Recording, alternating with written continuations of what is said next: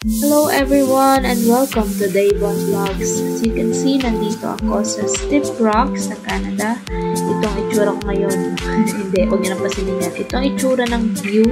Ayan, ang ganda, nakaka-relax, daming bato, at mare-refresh talagang isip mo. Feeling mo nasa 100 Islands ka. Ayan.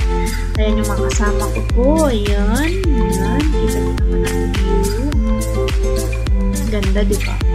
At ito yung mga bato. Tinawag siyang stiff rock kasi may mga small stones at may parang mga kuweba din na natin.